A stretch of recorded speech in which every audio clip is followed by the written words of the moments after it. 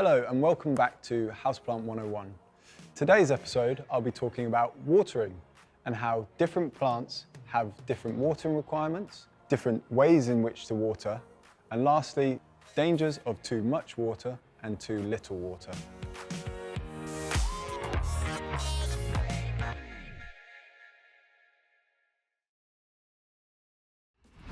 Different houseplants have different watering needs.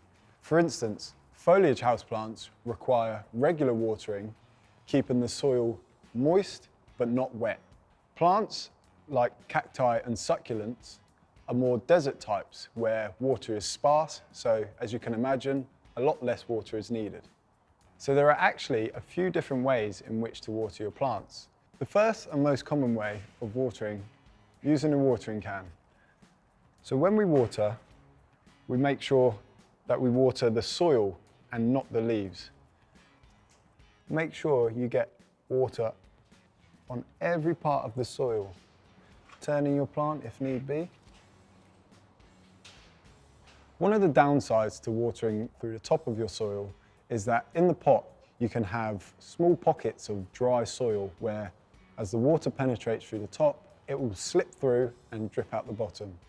So another way is to fill up a drip tray and allow your plant to soak up the water through the holes in the nursery pot until it has enough.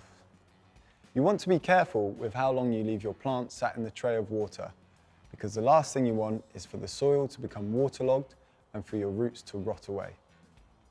And lastly, one of the best ways in which to make sure your pots are fully watered and well saturated is to submerge your whole pot underwater. Maybe put your fingers on the top to just stop any soil from leaking out. And hold it in there until the bubbles stop.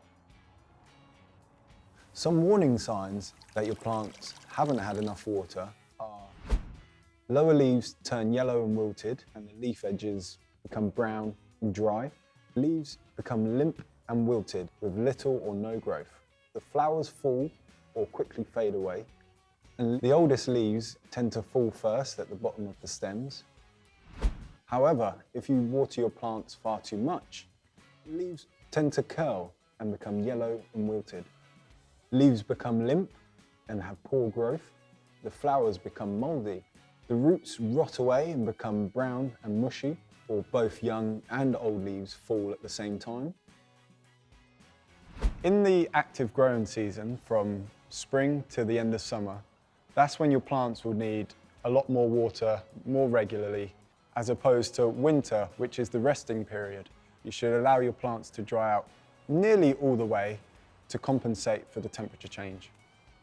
With plants like cacti and succulents, in the growing season, from spring to summer, I personally would water mine every 10 to 14 days. Whereas in the resting period in autumn and winter, I probably only water them maybe once a month. In time, as you understand your plant's watering requirements, you will get into a natural rhythm of how you water your plants. See you next time.